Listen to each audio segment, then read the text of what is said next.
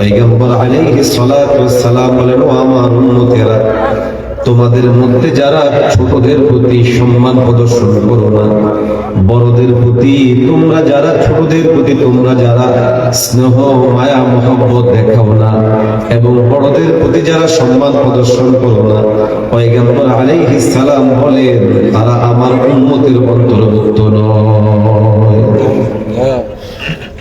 নবীজির উম্মতের অন্তর্ভুক্তই থাকা যাবে না যদি কেউ একজন বড় মানুষকে অসম্মানিত করে, সম্মানিত মানুষকে যদি সম্মানহানি করে। মানুষের সম্মান বয়সের কারণে হয়, মর্যাদা কখনো কখনো পদ পজিশনের কারণে হয়। আল্লাহ রাব্বুল আলামিন প্রিয় হাবিব সাল্লাল্লাহু আলাইহি ওয়াসাল্লামকে দিয়ে বলছেন, দেখো তোমরা তোমাদের ছোটদের প্রতি স্নেহ করো, বড়দের প্রতি সম্মান প্রদর্শন করো। দেখুন, এই যে সামাজিক অপরাধ, একজন আরেকজনের দুশ্চর্চা করা, সামনে কিংবা পিছনে, এই দুশ্চর্চা করার মাধ্যমে এক নম্বর হলো লোকটাকে অসম্মান করা হয়, অপমানিত করা হয়। আমার নবী বলেন, কাউকে অসম্মান করা কিংবা অপমান করা, এটা আমার উম্মতের কোনো সিফাত হতে পারে না। যারা এগুলো করে তারা আমার উম্মতের অন্তর্ভুক্ত না। আপ চিন্তা করে দেখুন, ইসলাম কত সূক্ষ্ম নজরে রাখে একজন মানুষের সম্মানকে সুরক্ষার জন্য জবান যেন মানুষ কন্ট্রোলে রাখে। এই জন্য পয়গম্বর আলাইহিস সালামকে যে নির্দেশনা দেওয়া হয়েছে, কোরআনুল কারীমের মধ্যে নির্দেশনা দেওয়া হয়েছে, আমাদের সমাজে আজকে সেগুলো মানা হয়? আর আসতে বলেন মানা হয় না। বড় আমাদের চায়ের দোকানগুলো এমন একটা বিষয় যে একজন মানুষের বিরুদ্ধে বিভিন্ন ধরনের প্রোপাগান্ডা, বিভিন্ন ধরনের বয়ান বক্তব্য তৈরি না করলে যেন তার হয় না। আমাদের গ্রাম্য ভাষায় বলে, আমাদের সভাপতি সাহেব বলতেছেন যে যেন পেটের ভাত কি হয় না, হজম হয় না, এরকম একটা অবস্থা। এটা ভয়ঙ্কর বিষয়, এটা ভয়াবহ বিষয়। আর সামনে তো এখন নির্বাচনী মুহূর্ত, এটা আরো বাড়বে। দেখেন ইসলামের নজর কত সূক্ষ্ম। আমি যে আপনার সামনে কেউ যদি আরেকজনকে একটা থাপ্পড় লাগায়, আপনার মনে হবে সে একটা অপরাধী। আপনিও বলবেন, তুমি লোকটাকে থাপ্পড় মারলা কেন? হ্যাঁ, থাপ্পড় মারা যেমন অপরাধ, একজন মানুষকে আঘাত করা জবান দিয়ে, কারণ আমি কোনো মিথ্যাচার, কোনো প্রোপাগান্ডা, কোনো অপপ্রচার কিংবা কারো দুশ্চর্চা, এটাও অপরাধ। হাতের আঘাত যেমন আঘাত, জবানের আঘাতটাও আঘাত। এই জন্য সহিহ বুখারী, মুসলিম সহ বিভিন্ন হাদিসের গ্রন্থের মধ্যে আসছে, নবীজি সাল্লাল্লাহু আলাইহি ওয়াসাল্লাম আমাদেরকে দুটো অপরাধের ব্যাপারে সতর্ক করেছেন। কয়টা? দুটো। قال رسول الله صلى الله عليه وسلم المسلم من سلم المسلمون من لسانه ويده।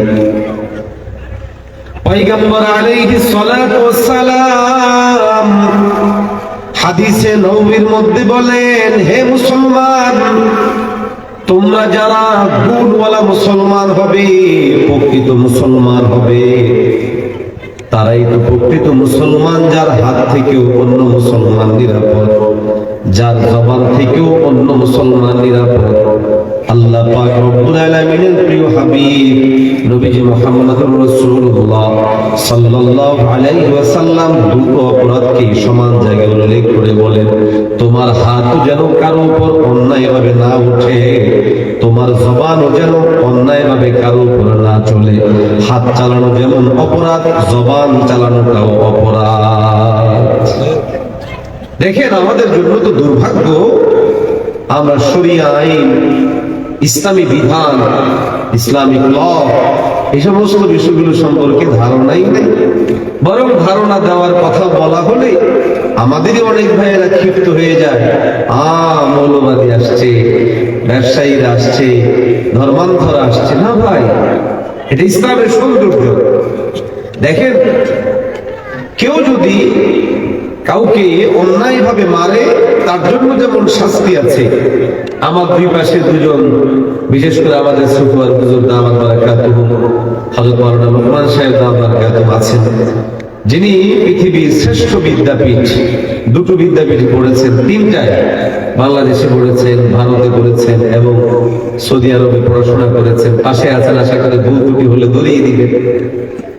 শরিয়া ইসলামিয়া আইনগত দিক থেকে কেউ যদি কাউকে আঘাত করে তার ব্যাপারে যেমন শাস্তির ব্যবস্থা রেখেছে, কেউ যদি কারো ব্যাপারে অপবাদ দেয় আর সেটা যদি কোনো সঠিক না হয় তো তার ব্যাপারেও শাস্তির ব্যবস্থা রেখেছে।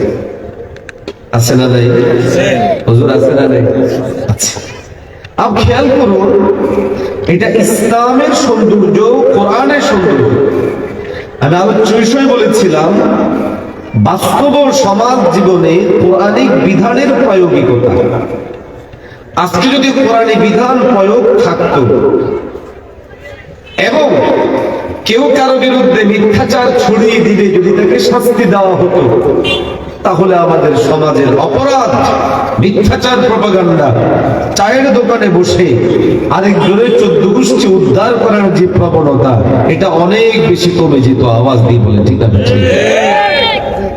কিন্তু পশ্চিমারা আপনাকে কোরআনী শাসন প্রতিষ্ঠা করতে দিবে না। কোরআনী শাসন বহু পরের কথা, শুধুমাত্র ইনসাফপূর্ণ কোন আইনের প্রয়োগ আপনি করতে যাবেন সেটাও দিবে না। এটার উপর আপনাদেরকে আমি একটা ছোট উদাহরণ দিচ্ছি। ধরুন এই মকরুপুর গ্রামে একটা হত্যাকাণ্ড ঘটল, যে হত্যাকাণ্ডে 10 জন মানুষকে খুন করা হলো। কয়জন মানুষ? 10 জন মানুষকে খুন করল। আচ্ছা, আপনাদের বিবেক কি বলে? যে লোকটা 10 জন মানুষকে খুন করলো, এই লোকটা যদি ধরা পড়ে এবং তাকে যদি বিচারের সম্মুখীন করা হয়, তার বিচার কি হওয়া উচিত? তাকে ছেড়ে দেওয়া না ফাঁসি দেওয়া? ফাঁসি দেওয়া। জোরে বলেন। ফাঁসি দেওয়া। সে যেহেতু হত্যা করেছে, এর বদলায় তাকেও হত্যা করা, এটাই হবে মৌলিকভাবে এই জায়গার মধ্যে চাহিদা। এটাকে কিসাস বলা হয়। বরং কেউ তো আরেকটু বলেন, সে যেহেতু 10টা জীবন দিয়েছে, তাকে 10 বার জিন্দা করে 10 বার মারা দরকার। কিন্তু আমাদের তো আর সেই শক্তি সক্ষমতা নাই, তো ন্যূনতম তাকে হত্যা করা, তাকে ফাঁসি দেওয়া। যে কোনো মানুষ বলবে যে 10টা মানুষ মারলো, তাকে আবার জীবিত রাখবে কিভাবে? তাকে মারা উচিত এবং মারাটা দৃষ্টান্তমূলক হওয়া উচিত, যাতে করে মকরপুরে, নাঙ্গলকোটে, সারা বাংলাদেশে কোন জালেম এই সাহস আর না করে যে সে একজন মানুষকে মেরে দিবে, এটা যেন না ঘটে। এই ঘটনাটাই ঘটেছে আফগানিস্তানে। ওখানকার এখন যেহেতু ওলামায়ে কেরাম ক্ষমতা আছেন, তো সেখানকার ওনারা যেটা করেন সেটা হলো এই ধরনের নির্দিষ্ট কোনো অপরাধী যখন ধরা পড়ে তার শাস্তিটা সবার সামনে দেয়। কেন? এটাকে বলা হয় দৃষ্টান্তমূলক শাস্তি, যাতে অন্য মানুষটা সতর্ক হয়, সাবধান হয়, অন্য মানুষটা যেন এখান থেকে শিক্ষা নেয়। আরে না, আমি অপরাধ করতে পারি না, করব না, করলে আমাকেও এইভাবে শাস্তি দিবে। এই জন্য দৃষ্টান্তমূলক শাস্তি দেওয়া হয় মানুষের চোখের সামনে। আমেরিকা রাগ করছে, জাতিসংঘ রাগ, পশ্চিমারা রাগ। তাদের বয়ান হলো একজন মানুষ যদি অপরাধ করে তাকে শাস্তি দেন গোপনে, আর এইভাবে মানুষটাকে কেন ফাঁসি দেওয়া হবে? একবারের জন্য বলছে না, এই মানুষটা 10টা মানুষকে হত্যাকারী নির্মম ভাবে হত্যা করেছে। কারা মায়া কান্না করছে? আমেরিকাওয়ালারা। কারা মায়া কান্না করছে? জাতিসংঘওয়ালারা। আমেরিকা কারা? জাতিসংঘ কারা? পশ্চিমা কারা? যারা দীর্ঘ 20 বছর পর্যন্ত আফগানিস্তানের উপরে বোম্বিং করে লাখ লাখ বনি আদমকে হত্যা করেছে। পশ্চিমারা কারা? ফিলিস্তিনে যারা লক্ষ লক্ষ মা বোনদেরকে হত্যা করেছে, ফিলিস্তিনে কোটি কোটি মানুষের জীবনকে ধ্বংস করে দিয়েছে, গোটা পৃথিবীতে কোটি কোটি মানুষকে শেষ করে দিচ্ছে। এই পশ্চিমারা মানবতা শিখায়, কোরআনী আইনের বিরুদ্ধে কথা বলে, ইসলামী আইনের বিরুদ্ধে কথা বলে।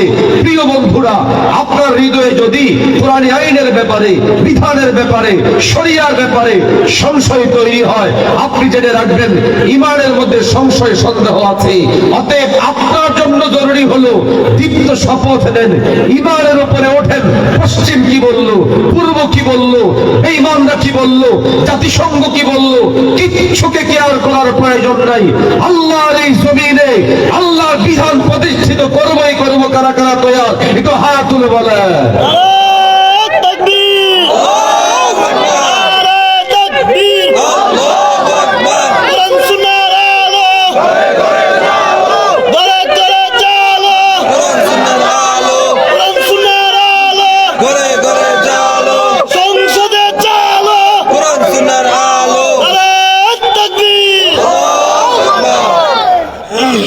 আল্লাহ আমাদেরকে কবুল করেন, আমিন। আরো আসতে বলেন, আমিন। বরং পশ্চিমাদের থিম হলো তারা অপরাধকে পেশা হিসেবে প্রতিষ্ঠিত করার প্রবণতা চালায়। আরো আসতে বলেন, অপরাধকে পেশা হিসেবে, অপরাধীকে সুযোগ করে দেওয়ার জন্য বিভিন্ন অপতৎপরতা চালায়। এরকম দুই এক টানা হাজার হাজার নমুনা আছে। যেমন জেনাবে বিচার, অপরাধ কি অপরাধ নয়?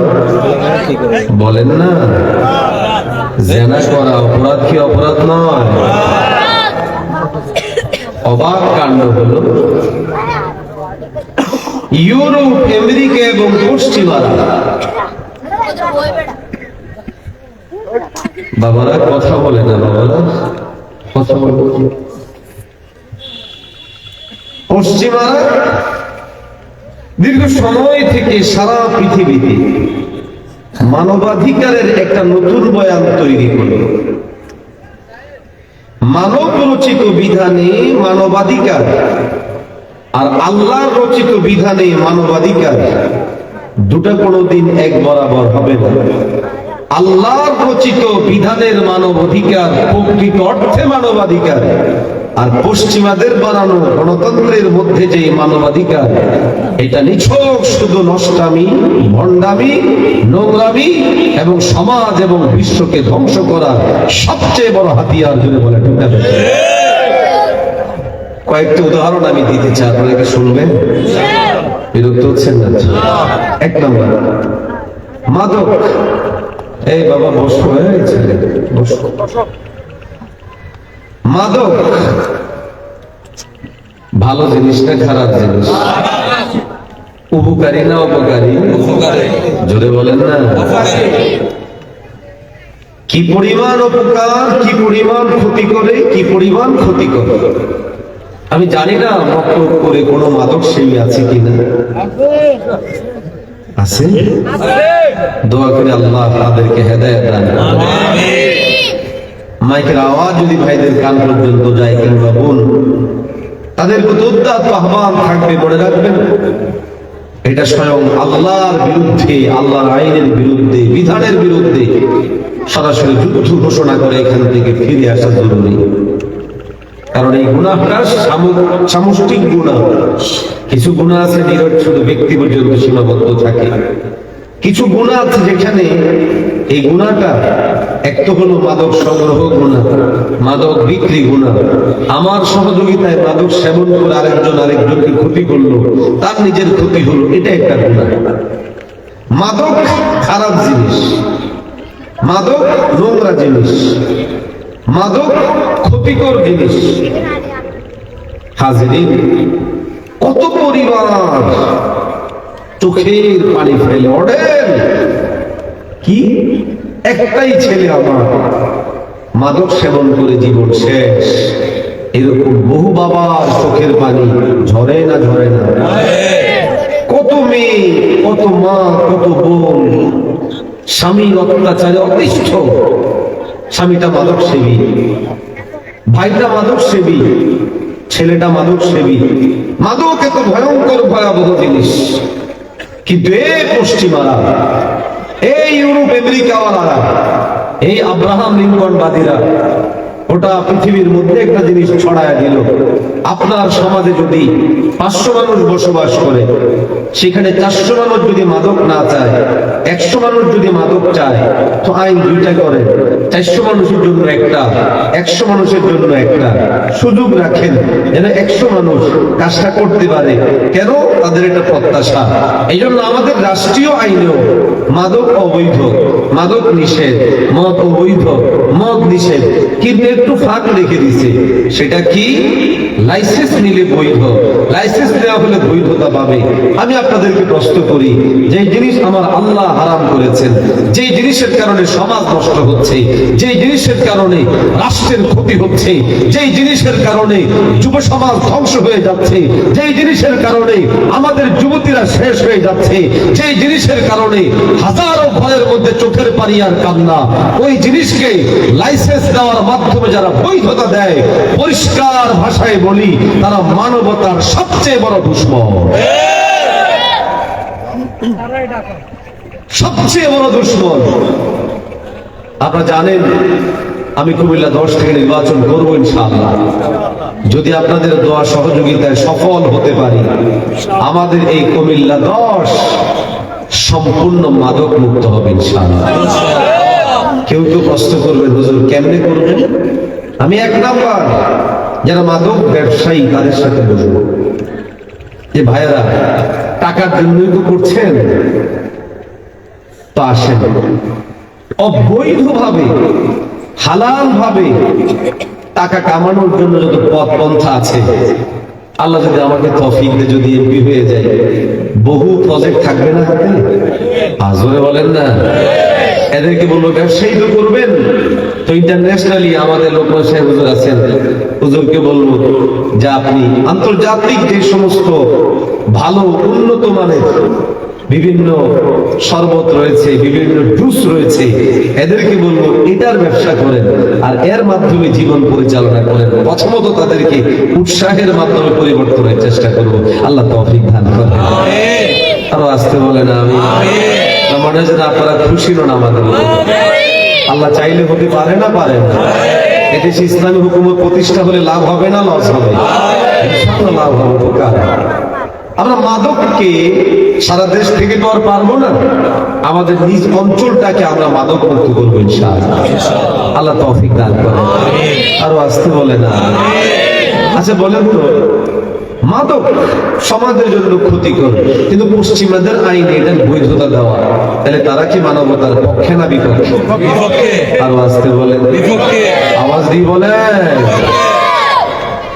নাম্বার 2, জেনা ব্যভিচার ভালো জিনিস না খারাপ জিনিস? এটা তার বলা লাগে না।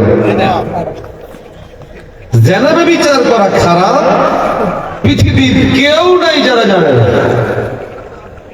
আচ্ছা এই জিনিসটাও কি কোনো কাজ হতে পারে? টাকা কামানোর কোনো মাধ্যম হতে পারে? বলেন না। অবাক কাণ্ড। এই পশ্চিমারা মানবতার কথা বলে তারা মানুষদেরকে উৎসাহিত করে। দেখো ব্যবসায়ী যেমন, ব্যবসা করা যেমন একটা কাজ, রিক্সা চালানো কাজ, তরকারি বিক্রি করা কাজ, মাছ ধরা কাজ, ক্ষেত খামারে মানুষ যে কার্যক্রম করে এটা যেমন কাজ, তোমরা পতিতালয়ে তোমাদের দেহ বিক্রি করবা, এটাও কাজ। আরো আসতে বলে। আপনাদের মনে হতে পারে হুজুর এটা কে বলছে, কোথায় বলছে? হ্যাঁ, একটু খেয়াল করে দেখুন না, আমাদের সারা বাংলাদেশে বেশ কিছু জায়গায় পতিতালয় আছে না নাই? এগুলোর দ্বারা কোনো লাভ হচ্ছে? উপকার হচ্ছে? ক্ষতি হচ্ছে? সবার জানা যে এই পতিতালয়গুলোর মাধ্যমে সমাজের মধ্যে ভয়ঙ্কর বিরূপ খারাপ প্রভাব পড়ছে। অনেক সংসার ভেঙে যায়। কেন? স্বামী পতিতালয়ে যায়। অনেক বোন আল্লাহ হেফাজত করেন। এই বদভ্যাসে জড়িত মাঝে মধ্যে পতিতালয়ে যাওয়া, কখনো কখনো শোনা যায় অমুকের মেয়েকে খুঁজে পাওয়া যাচ্ছে না, যাচ্ছে না তো যাচ্ছেই না। দেখা গেল একটা চক্র এই বোনটাকে বিক্রি করে ফেলেছে, কোথায়? পতিতালয়ে নিয়ে। এরকম বহু ঘটনা আছে না নাই? এবারে দেখেন পশ্চিমাদের দাবি কি? অবৈধ এই যৌনতাকে বৈধ কর্ম হিসেবে সাব্যস্ত করে তাদের সাথে শব্দ যুক্ত করছে যৌন কর্মী। ডক্টর ইউনূস সাহেবের সরকার আসার পর মানিকপুরে এভিনিউতে বিশাল সমাবেশ করা হয়েছে। সমাবেশের মধ্যে সারা দেশ থেকে এদেরকে নিয়ে দাবি উঠিয়েছে, মানুষের যখন পেশা উল্লেখ করা হয় সেই পেশার মধ্যে এটাও একটা পেশা থাকতে হবে, বৈধ পেশা, যৌন কর্মী।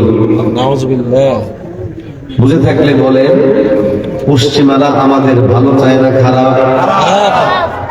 কি পরিমাণ খারাপ চায়? আমাদের সমাজে মাদককে বৈধতা দিয়ে, আমাদের সমাজে অবৈধ যৌনতাকে যৌন কর্ম হিসেবে সাব্যস্ত করে, এটাকেও একটা পেশা হিসেবে সাব্যস্ত করে সমাজের মেয়েদেরকে ধ্বংস করার এই চক্রান্ত যারা করে, আমরা তখনও প্রতিবাদ জানিয়েছি।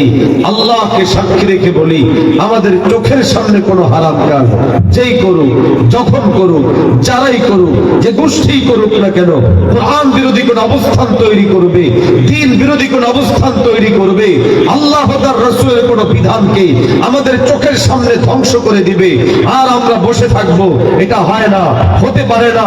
উম্মার যুবকদেরকে জাগ্রত করব, উম্মাকে সতর্ক সাবধান করব। আল্লাহকে সাক্ষী রেখে বলি, 56,000 বর্গ মাইলের এই বাংলাদেশে 90% মুসলমানের বাংলাদেশে নয় শুধু, বরং মানুষের দেশে অমানসিক এই ধরনের আইন বিধান কিংবা তৎপরতা কোনদিন চলতে পারে না। যারা চালায় তারা মানুষ নয়, তারা অমানুষ। কিন্তু এখন তো অমানুষদেরই রাজ্য, অমানুষদেরই রাজ্য। আপনি কি ভাবতে পারেন সারা দেশে কোনোদিন শুনেছেন কেউ পতিতালয়ের বিরুদ্ধে রাস্তায় নেমেছে? যে এগুলা তো অন্যায় কাজের আখড়া, এটাকে বন্ধ করে দেন না, কেউ বলেছে? ওলামায়ে কেরাম মাঠে নেমেছে, ওলামায়ে কেরাম বলেছে তো হুজুররা বেশি গোড়ামি করে, যারা যেদিকে সেদিকে যাকাও, ভাই এটা তো আল্লাহর বিধানকে ধ্বংস করে দেওয়া।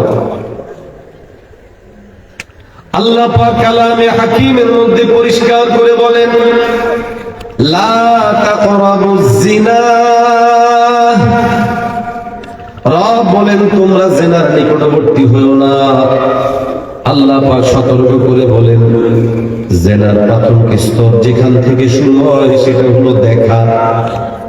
আল্লাহ পাক কালামে হাকিমের মধ্যে সতর্ক সাবধান করে মুমিনদেরকে বলেছেন, কুল্লিল মুমিনিন, হে নবী আপনি মুমিনদেরকে বলে দেন তারা যেন তাদের চোখগুলোকে নিচু করে রাখে, অবনত রাখে। মুসলমান ভাইরা আমার, ইসলাম এখানে জিনার কাছেও যেতে নিষেধ করেছে।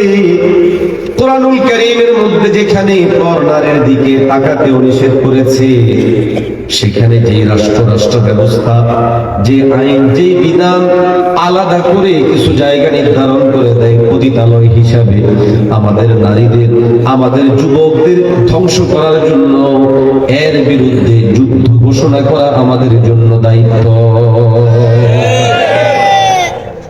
আল্লাহ যদি আমাদেরকে তৌফিক দান করেন, জাতীয় সংসদের মধ্যে যদি যেতে পারি, আল্লাহি পরিষ্কার ভাষায় বলে আমাদের স্পেস গুলো থাকবে, শরিয়া বিরুদ্ধে একটা আইন যতক্ষণ পর্যন্ত থাকবে ততক্ষণ পর্যন্ত আমাদের অবস্থান মজবুত থাকবে। 17টা বছর জালেমের বিরুদ্ধে আমাদের অবস্থান বড় মজবুত ছিল। শাপলা আমাদের ভাইরা শহীদ হয়েছে, আমাদের শরীর থেকে রক্ত গিয়েছে, ঘাম গিয়েছে। এ বাংলার জমিনে ইসলাম প্রতিষ্ঠা হওয়া পর্যন্ত আমাদের আন্দোলন সংগ্রাম বন্ধ হবে না, বরং চলছে, চলতেই থাকবে। কারা কারা সঙ্গে থাকবেন একটু হাত তুলে বলেন।